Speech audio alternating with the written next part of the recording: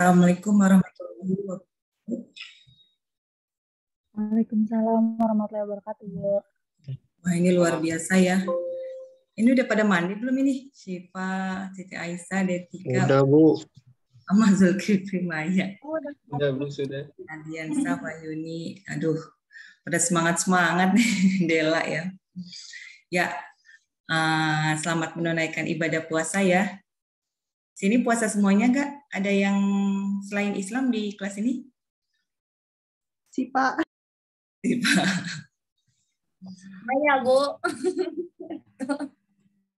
Ini semangat-semangat ya kelas ini tuh ya. Oke. Ibu absen dulu ya. Udah absen semuanya? Sudah, Ibu. Bu. Nah, biasanya kalau hari pertama puasa masih semangat ya. Gitu. Jadi pada muncul nih mukanya, alhamdulillah. Yaudah deh, kita foto bersama dulu deh, mumpung pada muncul semuanya, silakan. Ardiansyah, Ika sebentar aja kita foto. Salsabila, Ika, Mutia, Dimas, Adis Rijaldi, Gelita. Yuk, 1, 2, 3, cekrek. Nah, Mutia nih terlambat nih, Mutia baru buka. Yuk lagi, Mutia. Mutia, Salsabila, no. Kan kalau pada di on cam pada cantik-cantik sama ganteng-ganteng ya. 1, 2, 3. Oke. Kalau hari pertama masih semangat ya. Oh, Dimas baru muncul loh. Ayo, Dimas, foto. 1, 2, 3. Oke. Ini Ika, Adis, sama Gelita. Ya, karena sekarang masih... Ika baru muncul. Ika muncul. Foto nih. Wah, baru bangun tidur ini. Edisi Ramadan. Ya, oke. Ya, kalau hari pertama biasanya masih semangat ya. Namun nanti kalau misalnya minggu depan masih kita bertemu, maksudnya masih kuliah, khusus bulan Ramadan ya, biar para mahasiswa fokus ibadah. Nanti mulai minggu depan kalau misalnya para mahasiswa mau off cam atau hari ini mau off cam ya, nggak on cam juga nggak apa-apa, tidak mengurangi nilai ibu. Ya, jadi nggak apa-apa sambil tiduran, nggak usah ngeliatin temennya, nggak apa-apa. Saya Ahmad Zulkifli, capek nih Bu, saya habis ngimamin masjid, sholat tarawih misalnya kan. Nanti katanya Bu Nanda kan kalau nggak on cam nanti nilainya B gitu, takut Bu gitu. Ya, sekarang nggak apa-apa. Boleh off cam sambil tiduran, yang penting dengerin temennya presentasi bonus lagi puasa, bulan puasa. Jadi boleh off cam. Nah, jadi kalau off cam itu tidak ada mukanya ya. Itu tidak mengurangi nilai para mahasiswa, tapi khusus bulan Ramadan saja ya. Kalau udah bulan Ramadan harus on cam ya. Lalu khusus bulan Ramadan para mahasiswa tidak ada tugas individu. Jadi nanti biasanya nih setelah temannya presentasi ada tugas individu ya yang Ibu kasih ya. Mau pilihan ganda 5 soal atau 1 soal di learning. Tapi khusus bulan Ramadan saja. Jadi nggak usah deg-degan ya. Aduh, nilai saya masih kemana, masih kurang, masih ini gitu ya. Tidak ada. Jadi nggak usah deg-degan. Dengan harapan apa? Agar para mahasiswa fokus saja ibadah puasa. Jangan lupa sholatnya, sholat subuh maupun ibadah yang umat Islam, ibadah di masjid ya. Kalau bulan puasa, biasa Ibu nggak ceramah ya. Khusus bulan puasa, Ibu ceramah dulu. Walaupun ini bukan mata kuliah agama Islam, tapi ini perekonomian Indonesia karena memperingati bulan Ramadan. Jadi para mahasiswa banyak-banyaklah berdoa agar misalnya yang ikutan PKM lolos, yang mau punya istri, yang mau punya suami nanti kayak gimana, mau punya pacar ya, punya suami langsung punya istri, berdoalah di bulan Ramadan. Jadi Ibu spesialkan bulan Ramadan, nggak apa-apa kuliahnya sambil tiduran, silakan. Karena capek ya, mumpung bulan Ramadan sholat subuh di masjid, gitu ya. Makan tadi Ibu juga, karena habis sholat subuh di masjid, habis sholat duha, baca zikir, jadi Ibu 8:30 aja gitu. Karena Ibu pengen di bulan Ramadan ini meningkatkan ibadah banyak, biar banyak pahalanya. Oke, Sebelumnya Ibu absen dulu. Tapi tetap hadir di Zoom meeting ya, walaupun nggak off cam, nanti boleh off cam sambil tiduran juga boleh karena bulan Ramadan. Tidak mengurangi nilai para mahasiswa. Oke, Ibu absen dulu terlebih dahulu. Di sini. Nah, biasa kan ada tugas nih ya. Di sini itu biasanya ada tugas nih. Ini D2. D2 20. Ini biasa ada tugas ya. Kalau setiap perkuliahan itu ada tugas, nilainya kan deg-degan nih kalau kuliah perekonomian Indonesia suka ada tugas. Tapi khusus bulan Ramadan tidak ada tugas ya. Yang biasanya Ibu tapi harus tetap hadir ya, karena Ibu foto tadi tetap hadir di Zoom meeting, tapi nggak online, nggak menampilkan muka juga tidak apa-apa, sambil tiduran, sambil yang penting mendengarkan karena lemas ya, puasa misalnya, yang penting ibadah puasa, tidak mengurangi nilai khusus bulan Ramadan. Banyak-banyak baca Al-Quran dan banyak berdoa. Oke, sebelumnya Ibu absen dulu di sini. Nah, coba Ibu kirim dulu nih. D2. Belum di ACC.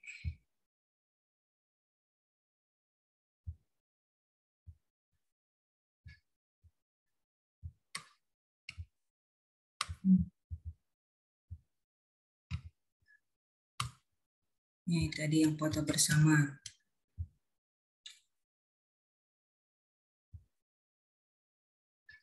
Nah, nanti kita foto bersama lagi ya. Karena ada yang baru datang, masih 20.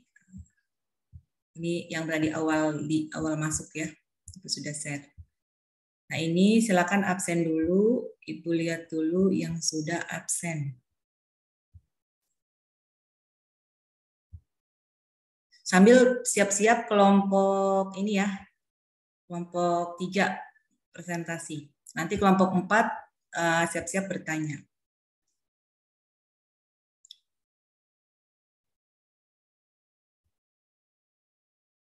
Jadi kuliah Ramadan santai saja ya, boleh sambil tiduran. Yang penting masuk ke Zoom meeting, dengerin temennya presentasi. Oke, Wahyuni, ada Wahyuni? Ada, Bu. Kalau karena bulan Ramadan yang Islam ya, kalau yang selain Islam nggak apa-apa. Bilang puasa gitu kalau puasa. Bukan sehat, bukan hadir, tapi puasa gitu. Wahyuni?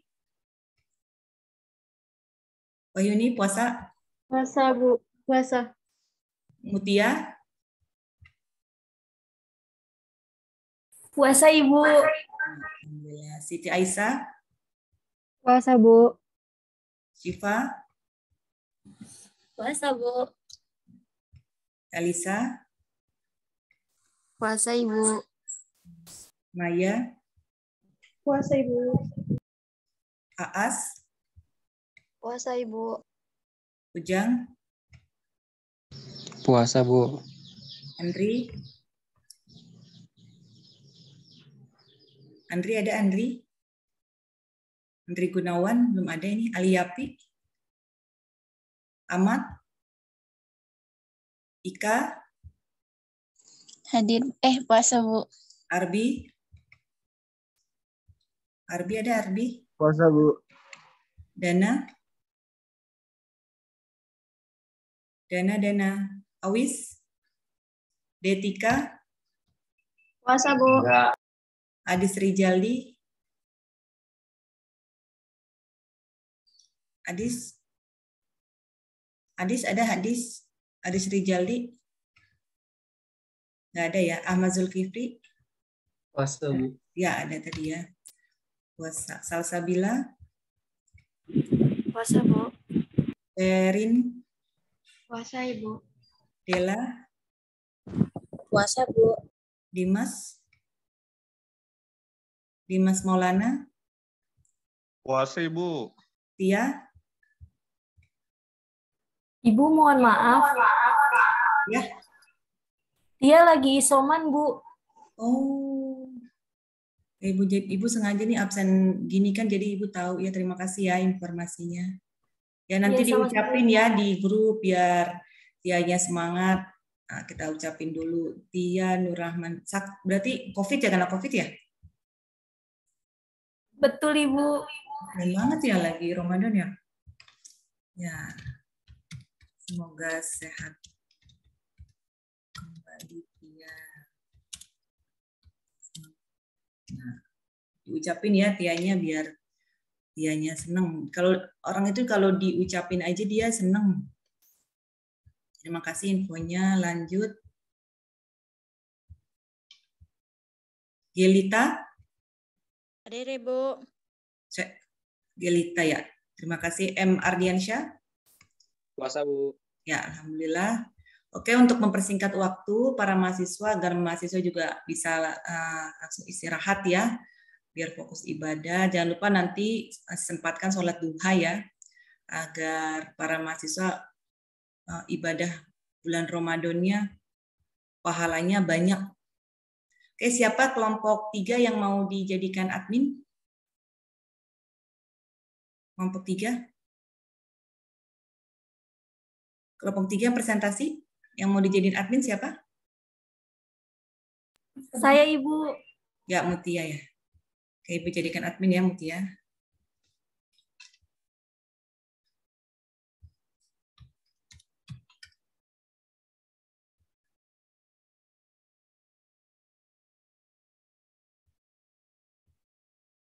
Ya, silakan Mutia. Sudah Ibu jadikan host.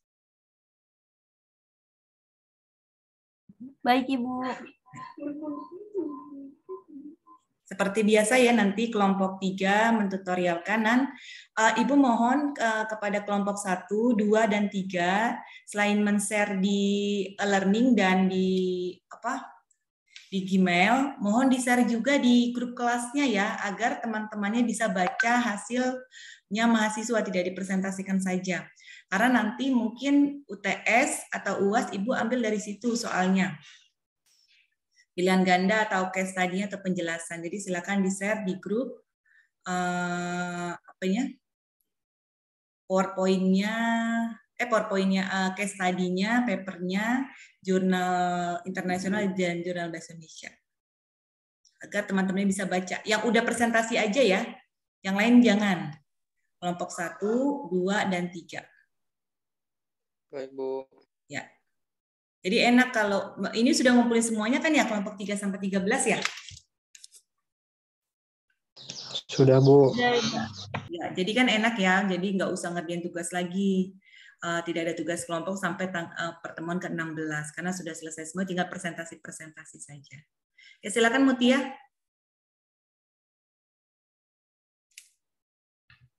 Udah siap-siap nih, cantik-cantik nih kuliah ya. Nanti nggak apa-apa bulan Ramadan, nggak apa-apa nggak off cam. Tapi nanti setelah bulan Ramadan harus online mukanya. Ngirit puasa, ngirit kotak. Bisa nonton YouTube kan ya, mau ngabuburit kotaknya. Yang Sukaria Ricis kan sekarang setan glow up ya. Biasanya mahasiswa gitu suka ngabuburitnya sambil nonton.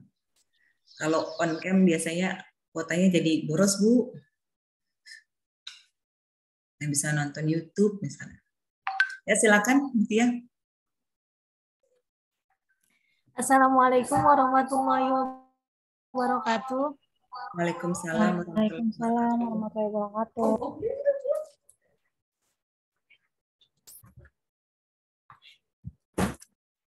Ya, Bu, saya dari kelompok 3 ingin mempresentasikan tugas dari Ibu. Pertama-tama itu kita ke Google Translate dulu, habis itu kita ketik sejarah perekonomian Indonesia, habis itu baru kita ke Google Scholar.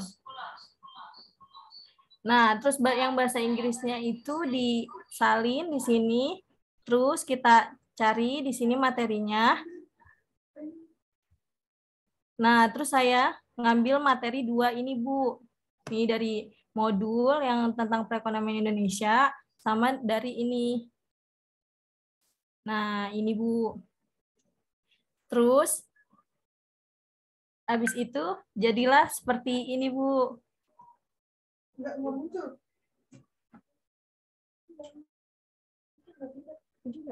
Juga. Bisa nggak?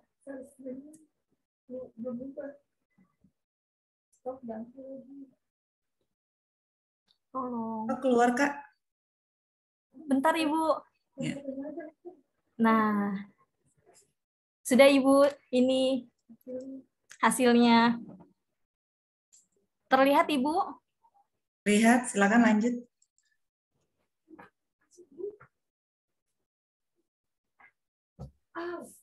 Tadi mentranslate-nya gimana Kak? Ya, terus habis itu kita pakai ini Teams Roman. Terus fontnya itu ukuran 11. Terus itunya apa teh? Bukunya A4.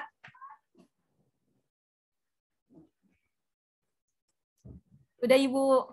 Nah, gini. Ini tadi kan saya kelompok 3 ya Bu. Sama tadi, Tia. Iya. Oh iya, Iya, Bu. Tianya lagi isoman ya? Tianya lagi isoman. Iya, jadi Ya mau Tia aja, Bu. saya sendiri, Bu. Ya, silakan nggak apa-apa.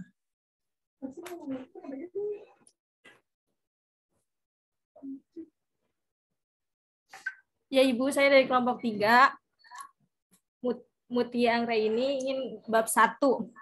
Sejarah perekonomian Indonesia pasca krisis. Case study. Gambaran perekonomian pasca krisis bagaimana telah dijelaskan sebelumnya bahwa terjadi krisis ekonomi tahun 1998 memaksa pemerintah Indonesia untuk menerima bantuan dari IMF dan tentu dengan persyaratan-persyaratan tertentu. Beberapa persyaratan yang harus dan telah dilakukan adalah restrukturisasi perbankan untuk menyehatkan perbankan Indonesia dan melakukan reformasi struktur perekonomian. Di antaranya adalah dengan melakukan privatisasi BUMN. Sebelumnya, akan dibahas sekilas tentang kebijakan para presiden setelah lengsernya Presiden Soeharto sebagai tanda berakhirnya era kepemimpinan Orde Baru. Pada pemerintahan Habibie, program-program IMF mulai diterapkan pada masa pemerintahan Presiden Habibie. Pemerintahan Habibie selain berfokus pada pemulihan ekonomi, juga berfokus pada perbaikan kehidupan politik dan kehidupan demokrasi. Karena dengan stabilitas politik yang bagus, kepercayaan investor asing akan kembali dan akan sangat membantu pemulihan ekonomi Indonesia. Dilihat dari pertumbuhan ekonomi, mulai ada perbaikan di mana sebelumnya angka negatif pada tahun 1999 mulai positif meskipun masih rendah. Hal ini menunjukkan bahwa perekonomian mulai bangkit. Nilai kurs rupiah terhadap dolar mulai menguat dan inflasi mulai turun. Pada masa itu sempat terjadi gejolak dengan lepasnya Timur dari Indonesia.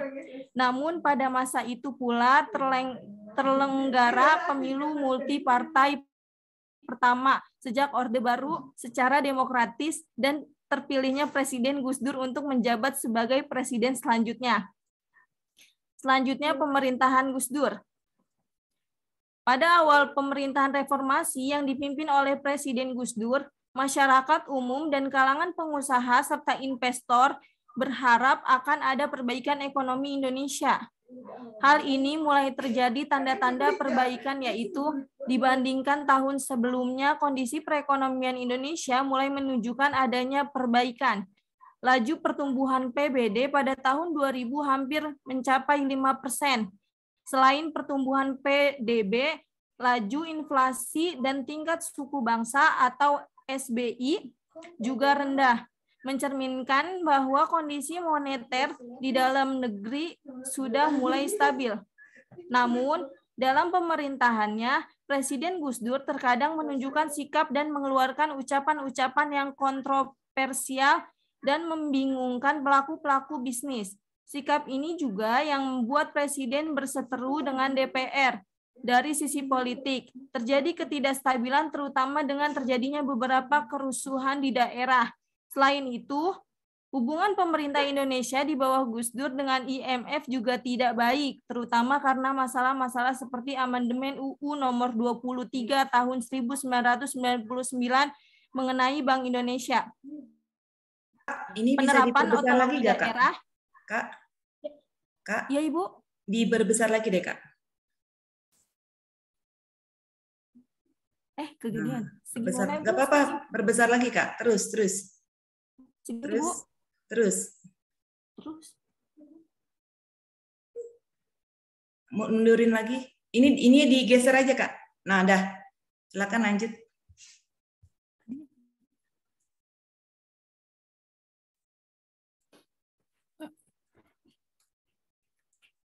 Nggak lanjut, Kak. Terutama menyangkut kebebasan daerah untuk meminjam uang dari luar negeri. Dari revisi APBN 2001 yang terus tertunda pelaksanaannya. Tidak tuntasnya revisi tersebut mengakibatkan IMF menunda pencairan bantuannya kepada pemerintah Indonesia. Padahal roda perekonomian nasional saat ini sangat tergantung pada bantuan IMF. Hal tersebut tentu saja membuat investor berpikir ulang untuk menanamkan modalnya lagi ke Indonesia. Hal ini ditunjukkan dengan dua indikator, yaitu penggerakan indeks harga saham gabungan atau IHSG dan nilai kurs dolar terhadap rupiah. Pergerakan IHSG antara 30 Maret 2000 sampai 8 Maret 2001 menunjukkan penurunan yang disebabkan oleh lebih besarnya kegiatan penjualan daripada kegiatan pembelian dalam perdagangan saham di dalam negeri. Hal ini mencerminkan tidak percayanya pelaku bisnis dan masyarakat pada umumnya terhadap prospek perekonomian Indonesia, paling tidak untuk periode jangka pendek. Indikator kedua, penggerakan nilai tukar rupiah terhadap dolar. Pada awal tahun 2000, kurs rupiah sekitar 7.000 dolar US dollar.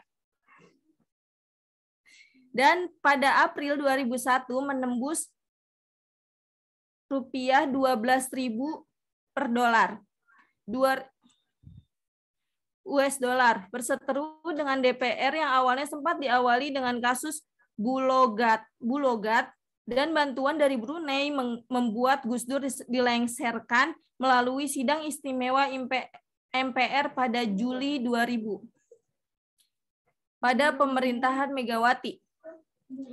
Megawati yang semula sebagai wakil presiden yang digantikan Gus Dur sebagai presiden, Megawati mewariskan kondisi perekonomian Indonesia yang kurang baik, di mana nilai kurs dolar terhadap rupiah kembali menembus 12.000 rupiah dan tren IHSG yang menurun.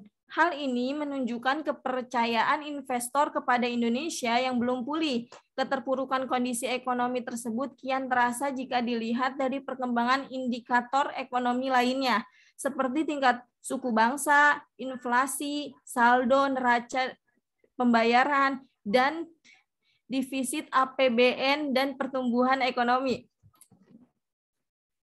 Kondisi ini yang membuat pemerintahan Megawati berusaha melakukan kembali program-program yang dicanangkan sebelumnya, yaitu reformasi struktural dan restrukturisasi perbankan. Pada masa pemerintahan Megawati, banyak dilakukan kebijakan privatiasi perbankan. Pada masa pemerintahan Megawati, banyak dilakukan kebijakan privatisasi BUMN di mana sempat menuai pro dan kontra. Privatisasi ini dianggap menjual aset negara kepada pihak asing, tetapi di lain sisi untuk alasan efisien dan untuk menutup defisit anggaran, negara perlu melakukan privatisasi. Ini pada pemerintahan Susilo Bambang Yudhoyono atau SBY. Susilo Bambang Yudhoyono terpilih menjadi Presiden RI menggantikan Megawati setelah memenangkan pemilu presiden yang dipilih langsung oleh rakyat pada tahun 2004. Pada masa ini perekonomian sudah mulai stabil. perekonomian mulai membaik dan kepercayaan investor mulai membaik. Hal ini terlihat dari indikator-indikator ekonomi, misalnya pertumbuhan ekonomi, tingkat inflasi, dan kurs dolar. Pada tahun 2008, tahun 2009, perekonomian dunia sempat mengalami krisis, terutama di Amerika Serikat. Namun dampak krisis tersebut tidak dampak parah ke Indonesia. Ada dua alasan mengapa krisis tersebut tidak berdampak parah seperti tahun 1998, yaitu pertama, pemerintah sudah tangkap berbekal pengalaman sebelumnya, sehingga mengambil beberapa tindakan agar nilai rupiah terhadap dolar cukup stabil. Yang kedua, perekonomian Indonesia cukup terbantu dengan permintaan domestik yang cukup besar, sehingga ketika krisis terjadi di luar negeri, Indonesia masih bisa survive. Pada masa resesi tersebut juga muncul kasus Bank Reichstur yang masih menjadi polemik bahkan sampai sekarang. Dari sisi pengambilan kebijakan ekonomi pada waktu itu, memang dibutuhkan dana talangan segera agar krisis tidak berdampak besar sebagaimana tahun 1998. Namun mekanisme dana stimulus fiskal ini yang dinilai melanggar prosedur pengelolaan keuangan negara sehingga disinyalir merugikan keuangan negara. Terlepas dari kasus itu, pemerintah telah belajar dari pengalaman tahun 1998 agar krisis ekonomi global tidak berdampak parah bagi perekonomian Indonesia. Selanjutnya, pemerintahan Jokowi. Setelah pemerintahan Susilo Bambang Yudhoyono atau SBY selama 2 periode, dapat dikatakan perekonomian Indonesia sudah stabil dengan tingkat pertumbuhan ekonomi yang cukup tinggi. Namun demikian tetap ada beberapa tantangan yang perlu dihadapi, dan ini dihadapi oleh Presiden terpilih periode 2014 yaitu Joko Widodo. Isu yang menarik tentu adalah besarnya dana subsidi dalam APBN yang mempersempit ruang fiskal pasar bebas ASEAN yang segera dimulai pada tahun 2014 sampai 2015. Ekonomi global mengalami perlambatan.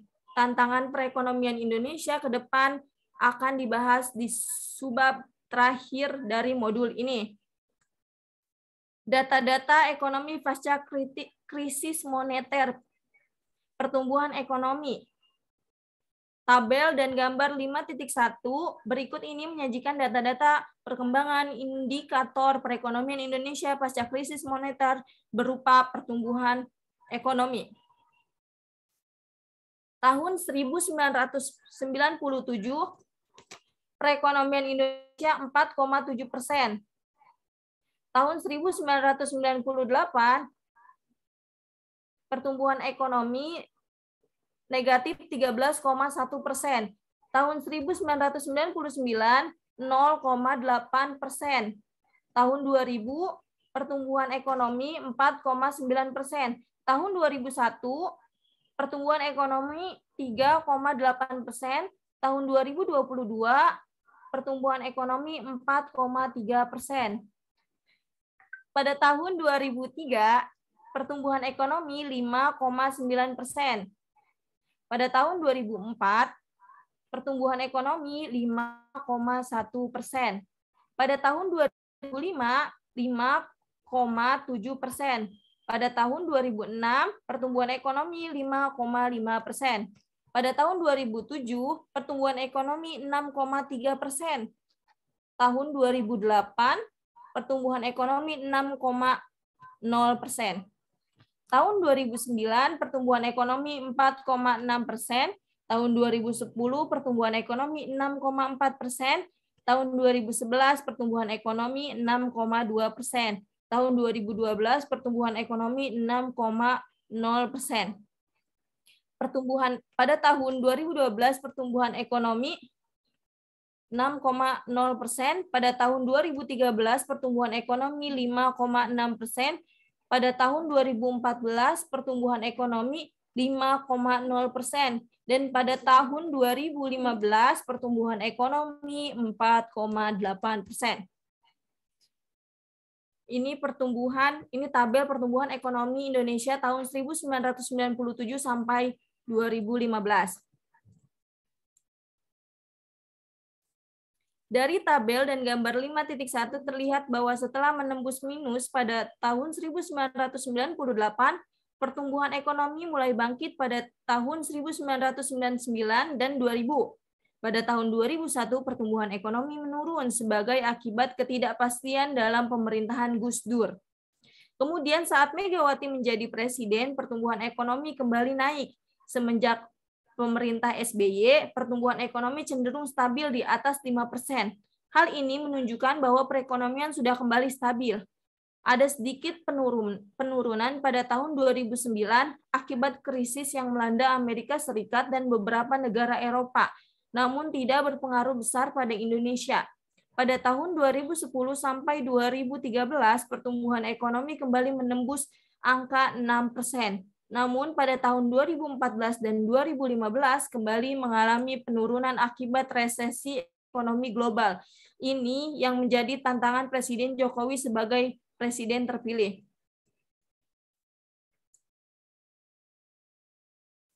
Pada tahun 1998, saat terjadinya krisis moneter, inflasi mencapai titik tertinggi semenjak zaman Orde Baru yang hampir mencapai angka 80. Seiring dengan usaha pemerintahan dalam memulihkan perekonomian yang salah satunya dengan menjaga kestabilan kurs dan inflasi, pada tahun 1999 langsung turun di bawah 20. Pada tahun 2001, inflasi sempat naik di atas 10. Hal ini karena ketidakstabilan politik pada saat pemerintahan Gus Dur. Secara umum, setelah pemerintah Megawati, inflasi relatif terkendali di bawah 10. Inflasi sempat mencapai di atas 10 pada tahun 2005 dan 2008. Kenaikan BBM diduga menjadi penyebab utama inflasi pada periode tersebut. Tapi secara umum inflasi bisa dikendalikan semenjak pemerintahan Megawati dan SBY. Dalam artian inflasi akibat krisis moneter pada tahun 1998 sudah bisa dikendalikan. Dilihat dari perkembangan kurs, nilai rupiah sempat menembus Rp15 per US dollar. Pada saat turunnya Soeharto, pada era Habibie, nilai rupiah bisa ditekan sampai sempat menguat ke 6.800 per US dollar. Pada era Gus Dur, nilai rupiah kembali melemah sampai ke level 12.000 per US dollar. Pada era Megawati, rupiah mengalami apresiasi hingga berkisar di angka 9.000 per US dollar. Kestabilan nilai kurs ini berhasil dijaga oleh pemerintah SBY. Hal ini tidak lepas dari pemerintah dan tim ekonominya untuk menjaga kestabilan nilai kurs agar kepercayaan investor asing kembali pulih sehingga perekonomian kembali bisa bangkit. Kuncoro pada tahun 2013 mencoba meneliti apakah telah terjadi perubahan struktural dalam perilaku kurs untuk masa kepemimpinan ketiga presiden tersebut. Hasilnya menunjukkan bahwa pada pemerintahan Megawati terjadi perubahan struktural dalam perilaku kurs secara signifikan. Pada masa pemerintahan Megawati, rupiah cenderung menguat dan mulai stabil dengan membentuk harga keseimbangan baru yang berkisar di antara 9.000 sampai 10.000 per US dollar. Dari data perekonomian tersebut dan dikaitkan dengan era pemerintahan, dapat disimpulkan bahwa perekonomian mulai stabil pada era Megawati dan